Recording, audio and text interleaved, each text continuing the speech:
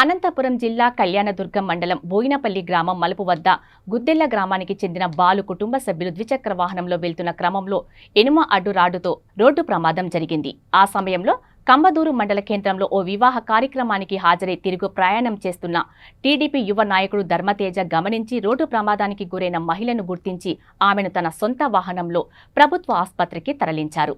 అనంతరం ఆమెకు మెరుగైన వైద్యం అందించాలని వైద్యులను వారు కోరారు.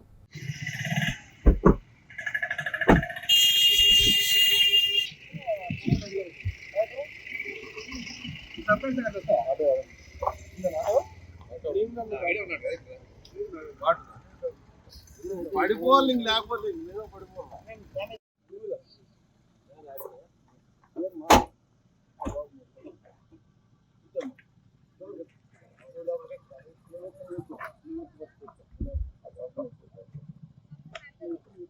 ఎక్కడ చెప్తాను.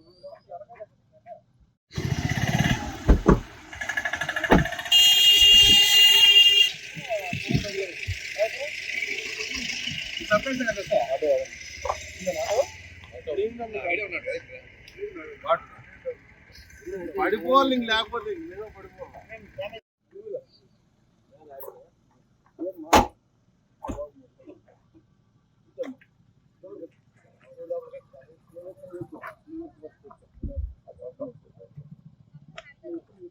ఎక్కడ చెప్తాను.